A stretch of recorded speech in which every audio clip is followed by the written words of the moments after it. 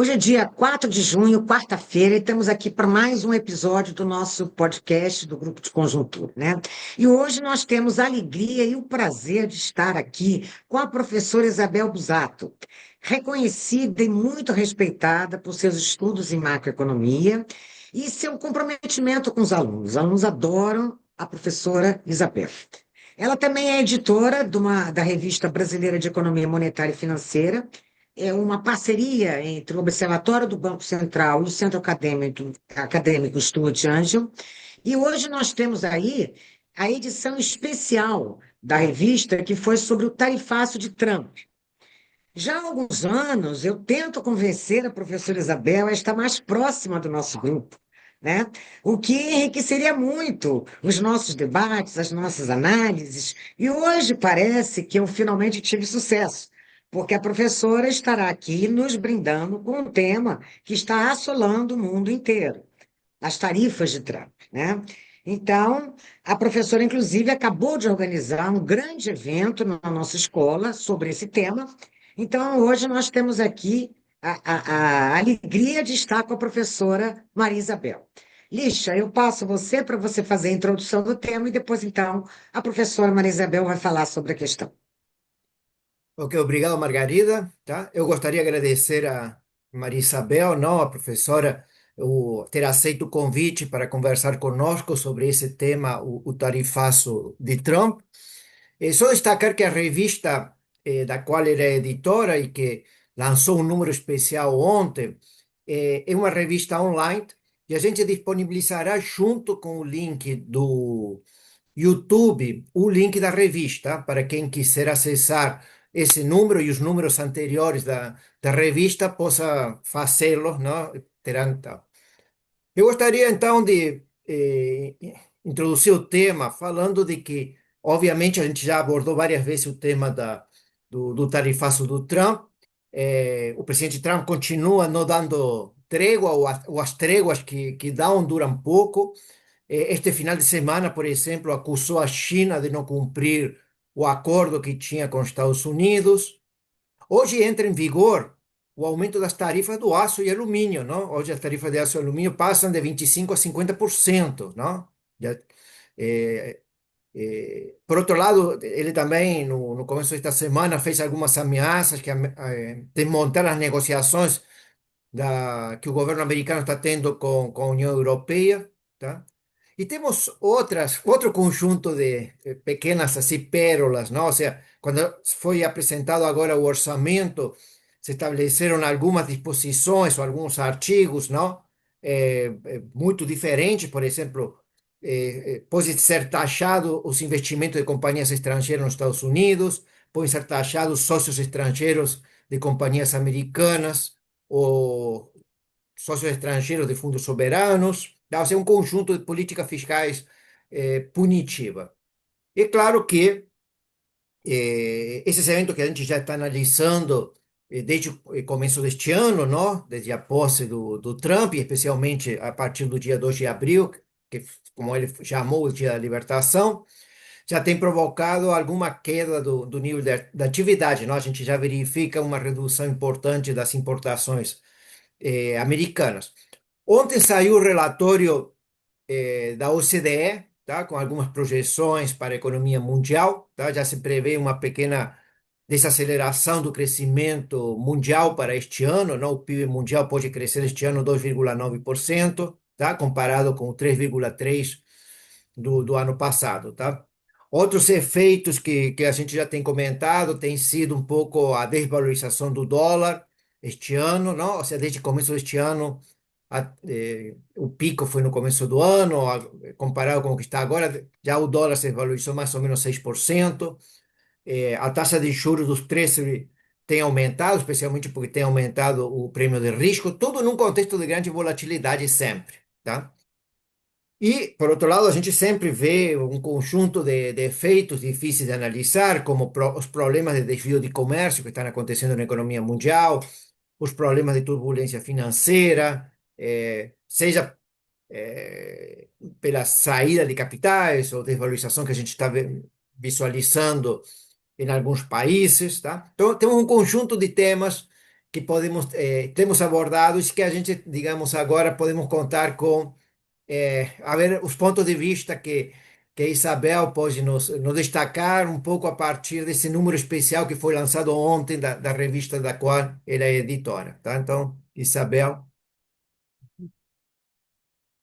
Todo. Ontem, durante o lançamento da revista, inclusive, o Dudu esteve presente, compôs a mesa de forma de surpresa, que foi muito positivo, né?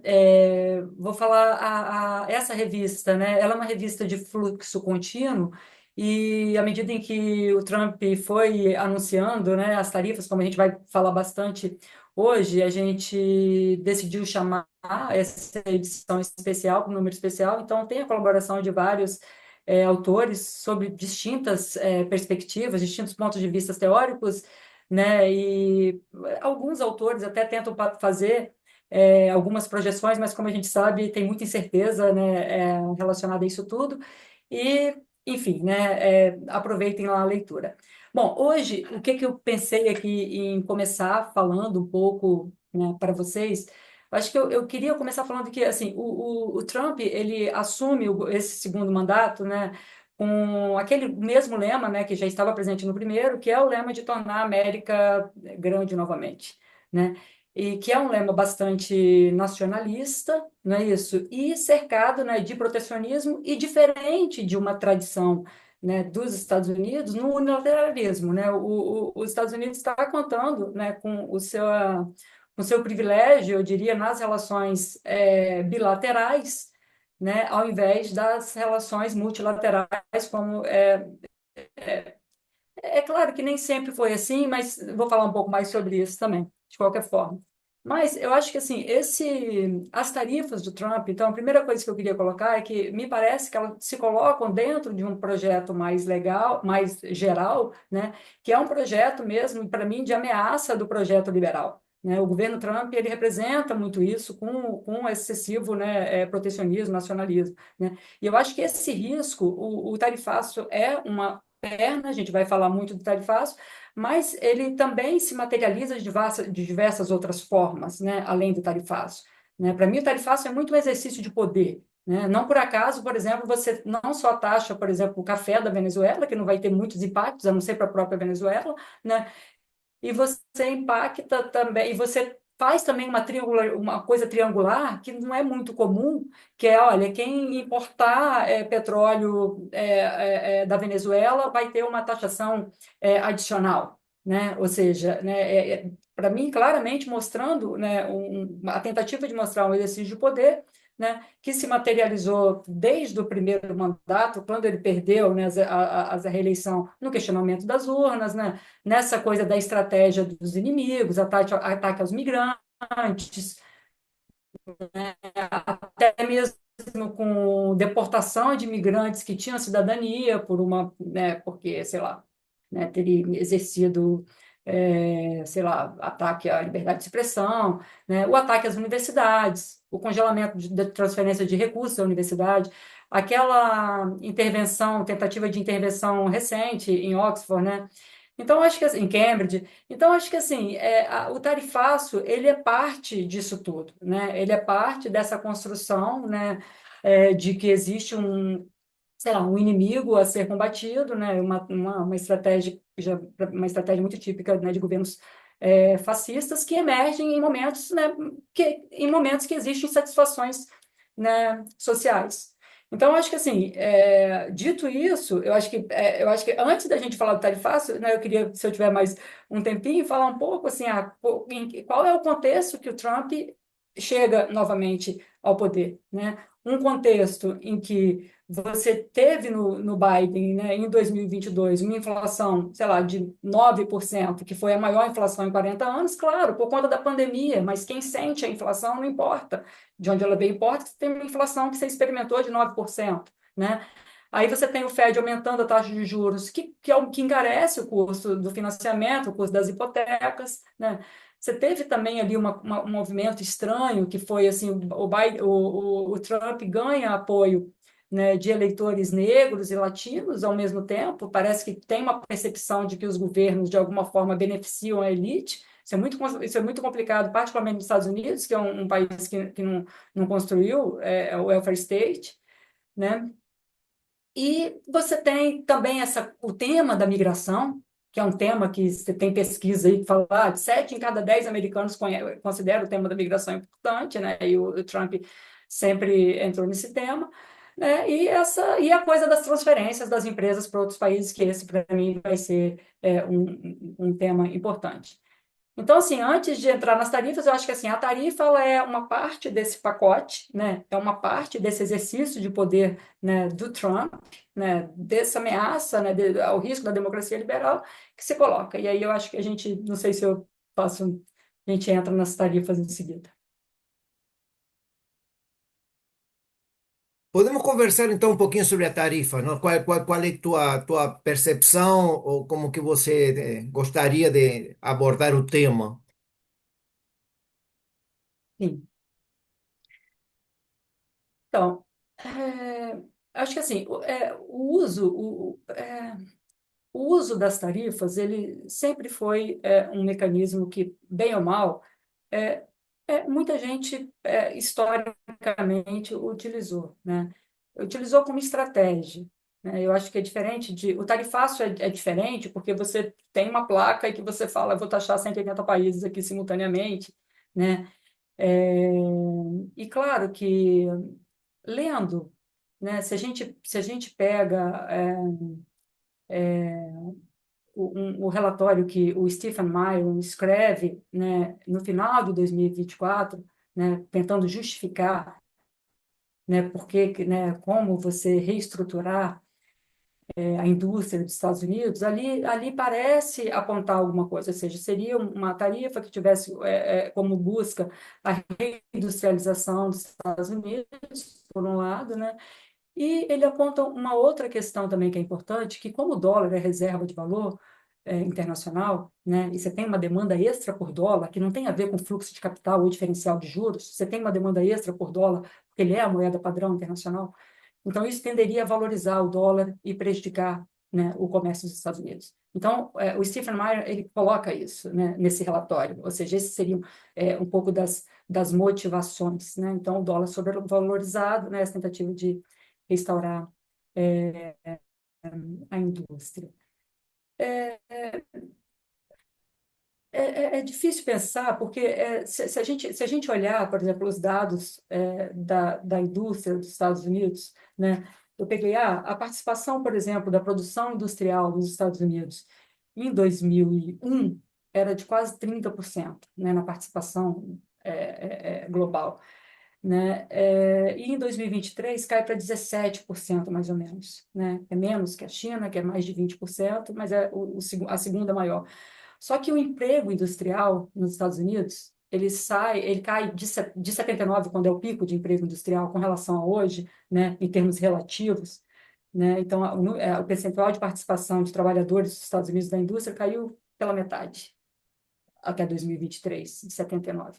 Então, eu acho que isso aponta, por um lado, uma própria estratégia, porque, claro, que o capitalista ele não age como classe, né? Se você pegar lá no fim dos anos 70, quando você tem participação do emprego industrial, que é muito importante nos Estados Unidos, para mim isso revela um conflito distributivo que a indústria norte-americana resolveu transferindo sua produção para a Ásia, né?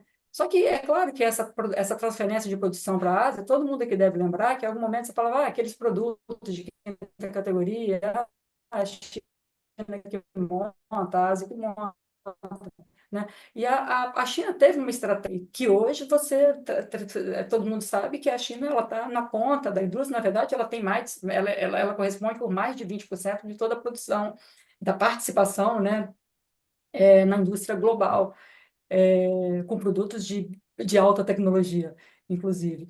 Então, eu acho que assim, os Estados Unidos, naquele momento, lá atrás, né, essa estratégia, que era uma estratégia de, é, das empresas, né, de lidar com o conflito distributivo, de lidar com a pressão salarial, né, foi para países em que você tinha um menor salário médio, né, e menor custo de produção, e claro que isso diminuiu a participação da indústria nos Estados Unidos, né?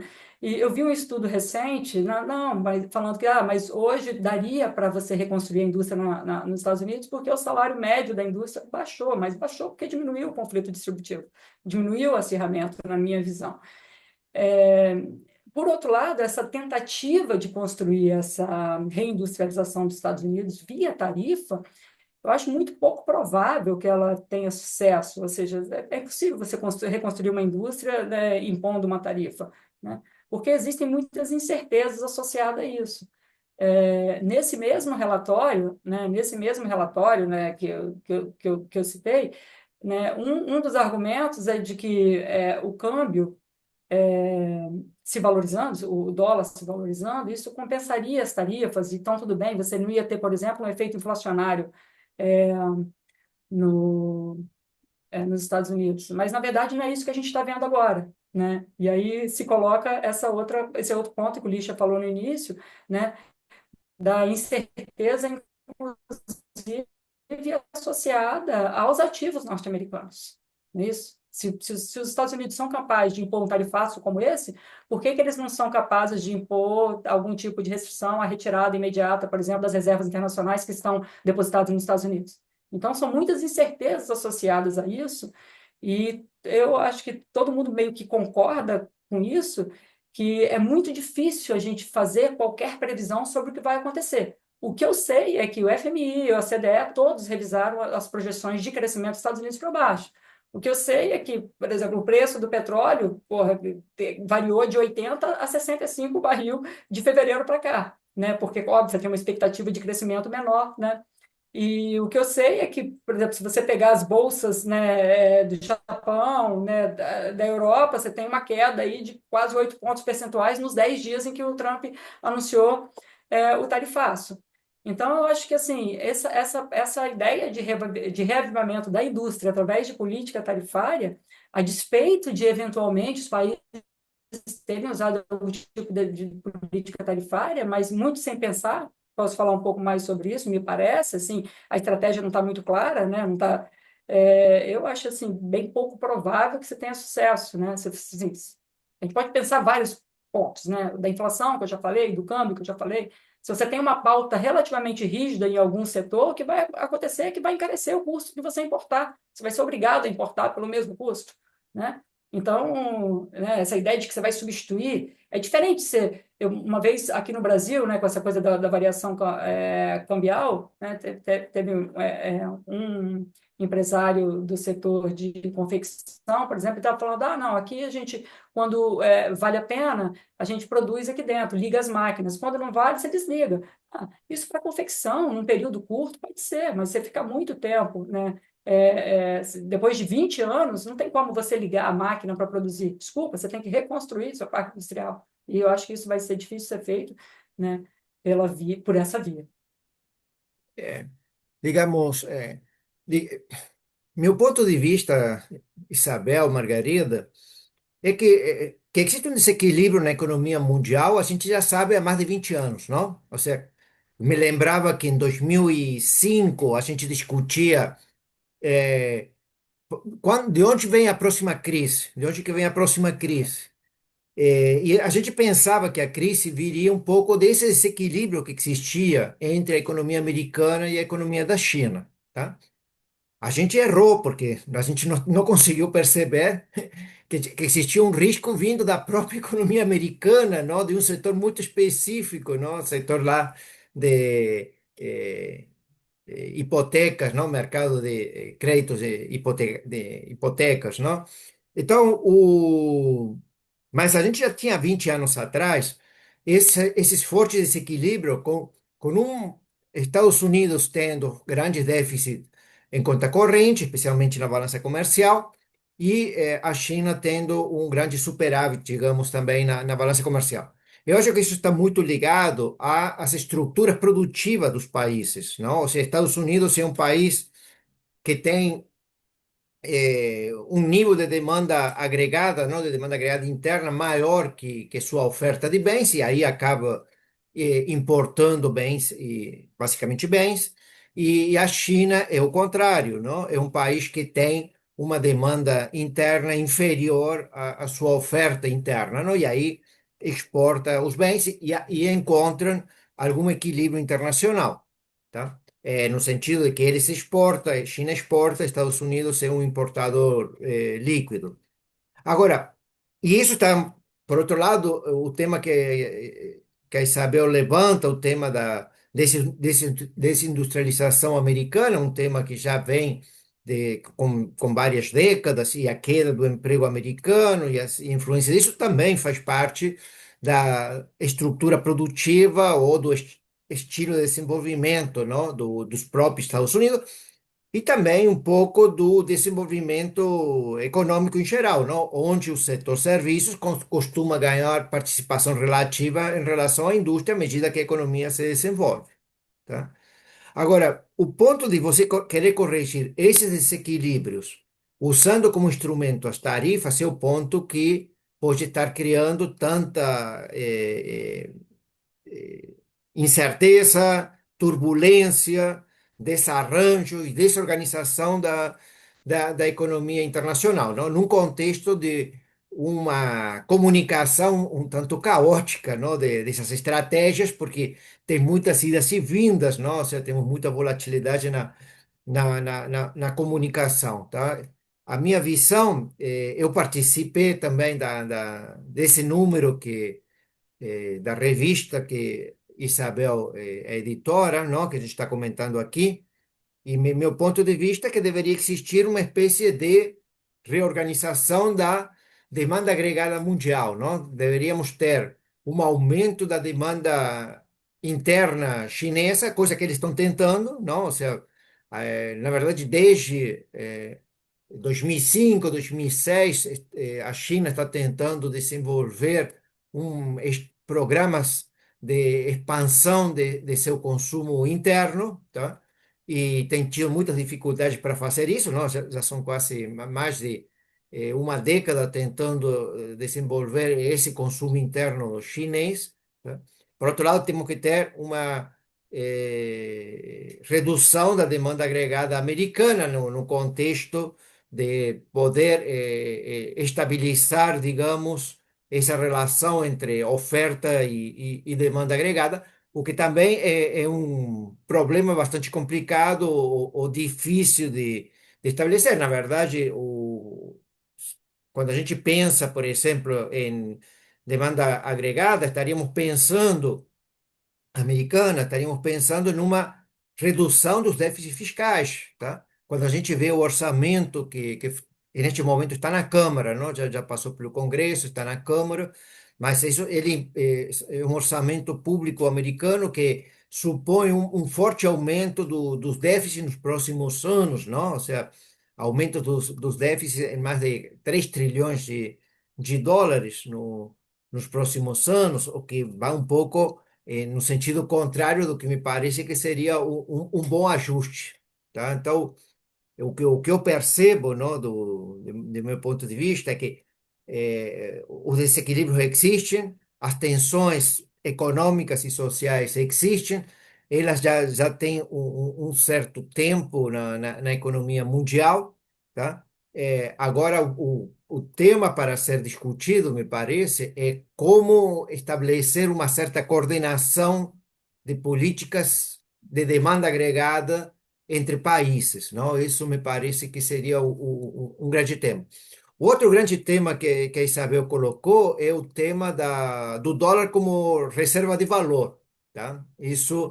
Acho que isso cria um trade-off, um conflito, porque, por um lado, isso permite o que tem se chamado nos últimos 50 anos de privilégio exorbitante, não? Ou seja, o privilégio de você poder financiar teus gastos públicos ou privados a partir da emissão de uma moeda que é aceita internacionalmente, tá? Por outro lado, tem o custo, que a Isabel destaca, de promover uma apreciação do câmbio, não, uma apreciação do dólar que afeta a indústria americana, tá? Então, mas isso eu acho que seria outro tema para ser tratado, não? Ou seja, é um tema mais difícil, porque já envolve um tema na área de finanças, isso significaria promover o desenvolvimento de outras moedas internacionais, que é um tema muito difícil, não? Não sei se Margarida, às vezes, tem falado um pouco sobre a possibilidade da Europa, por exemplo, desenvolver uma moeda internacional, não? É Algumas. que eu não acredito no curto prazo, Lixa, porque a economia americana, como eu tenho falado em outras situações, é uma economia que oferece uma enorme liquidez para o dólar. Quais são os requisitos que se quer de uma divisa? Primeiro, que tenha liquidez. Segundo, que tenha uma certa estabilidade no seu poder de compra frente a outras moedas. Agora, a robustez do mercado financeiro americano, a robustez da economia americana, a robustez da participação dos Estados Unidos no comércio internacional garantem essa liquidez para o dólar. E isso é muito diferente para o euro, para o franco suíço, para a libra esterlina e de qualquer outra moeda. Você não tem a liquidez que você tem num caso e no outro. Agora, o problema que eu vejo aí, com relação a esse desequilíbrio que vem se manifestando há muito tempo entre a economia americana e a economia chinesa, no fundo, nós temos aí dois padrões de crescimento que são muito distintos, um é o oposto do outro. A pedra nesse caminho chama-se a apreciação do dólar, que foi o que a Isabel colocou. Quer dizer, aqui tem um dilema. Se o dólar é moeda de reserva, você tem para o dólar uma demanda extra, o que garante no tempo uma apreciação do dólar frente a outras moedas, independentemente de fluxos e, claro, independente de movimentos de curtíssimo prazo do dólar frente a outras moedas. Mas a tendência é uma demanda firme por dólar. Uma demanda firme por dólar é sinônimo de apreciação cambial. E a apreciação cambial é um fator que induz a uma demanda agregada que é solucionada via importação, ou seja, ao uso de poupança externa, né? Que é exatamente o contrário da economia chinesa. A desvalorização, né, do yuan em relação ao dólar e de outras moedas, a âncora cambial deles sustenta um crescimento de exportação, sustentam superávit de transações correntes, que é exatamente o oposto dos Estados Unidos. Né? Então, aí tem uma pedra no caminho. Eu acho que a economia americana, eu não sei se o Trump já se deu conta disso, mas, enfim, ter o dólar como moeda de reserva é um privilégio exorbitante, mas também tem custos associados a isso, e um deles chama-se a apreciação do dólar. Como resolver isso? Bom, a gente está vendo que no Sudeste Asiático já começam a aparecer alguns acordos da China com alguns dos países com quem ela mais está negociando para não utilizar o dólar nessas transações, não? É ainda uma coisa muito regional, muito limitada, muito. Muito regional, muito limitada, e que depende muito dos atores que estão ali, Claro. exportando e Uhum. importando, né, Lígia?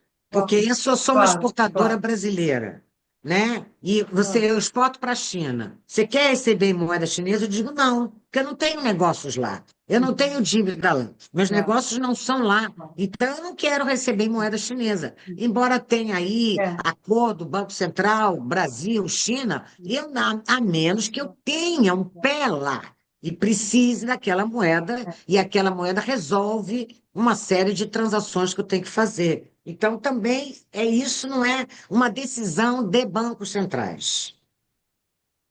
Porque claro. aí tem custos de Não, eu acho que transação esse tema importantes, não? uhum. Não, e esse tema mesmo de desdolarizar, não é um tema que você pode até discutir, mas é impossível, é isso mesmo. Eu acho que, além de tudo, você tem muita incerteza acerca das outras moedas também, não é? Acerca da moeda chinesa, por exemplo, não A é? China tem controle de capital, Mas, então é uma incerteza. pois é, não, eu acho que assim, tem muita incerteza em torno disso tudo, porque, claro, eu acho que a gente não precisa mais aqui falar um pouco dos detalhes do tarifaço, porque todo mundo já viu bastante isso, né? Mas logo depois que foi suspenso, ou seja, foi suspenso logo em seguida por 90 dias, né? No dia 12 de maio, a China no dia 12 de maio, acho que foi, a China e os Estados Unidos, eles ressentaram, né, para renegociar, né? Porque você estava com tarifa, a importação dos Estados Unidos, né, era 145 a 115 de importação naquele momento, né, por causa da retaliação chinesa.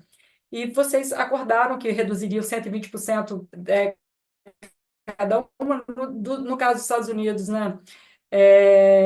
As tarifas, eu não me lembro exatamente quanto, eu devia ter anotado isso, mas se eu não me engano, passaram para 30% para a importação chinesa, né? E a China Foi isso, reduziria para dez por Isabel, cento para a foi. importação.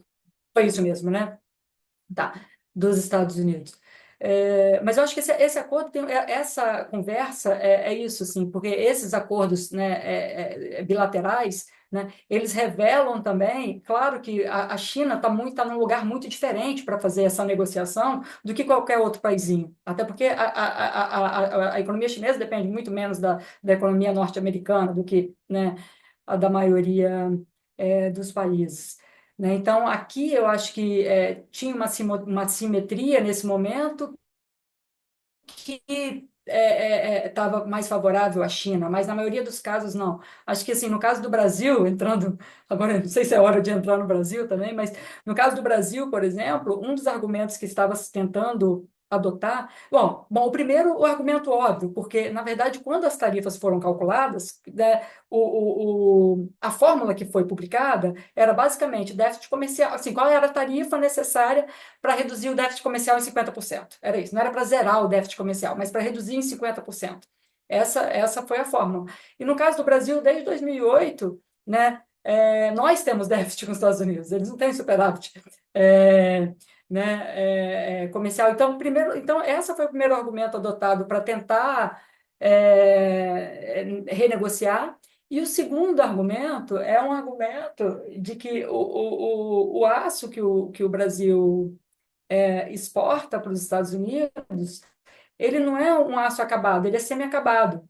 O Brasil passou muito por isso nos anos 2000.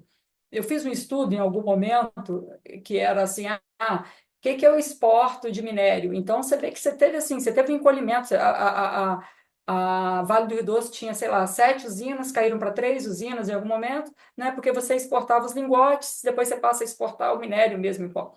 Então, o que a gente exporta para os Estados Unidos é um aço semi-acabado. Então, o que o governo brasileiro está tentando usar para essa negociação não afeta a sua indústria, né? Você vai transformar ainda esse aço, né? Não é produto acabado. Mas, enfim, acho que não deu muito certo, não por acaso o bicho falou que ontem aí a gente teve um aumento de 50% é, é, sobre essas tarifas, né? Então, não sei.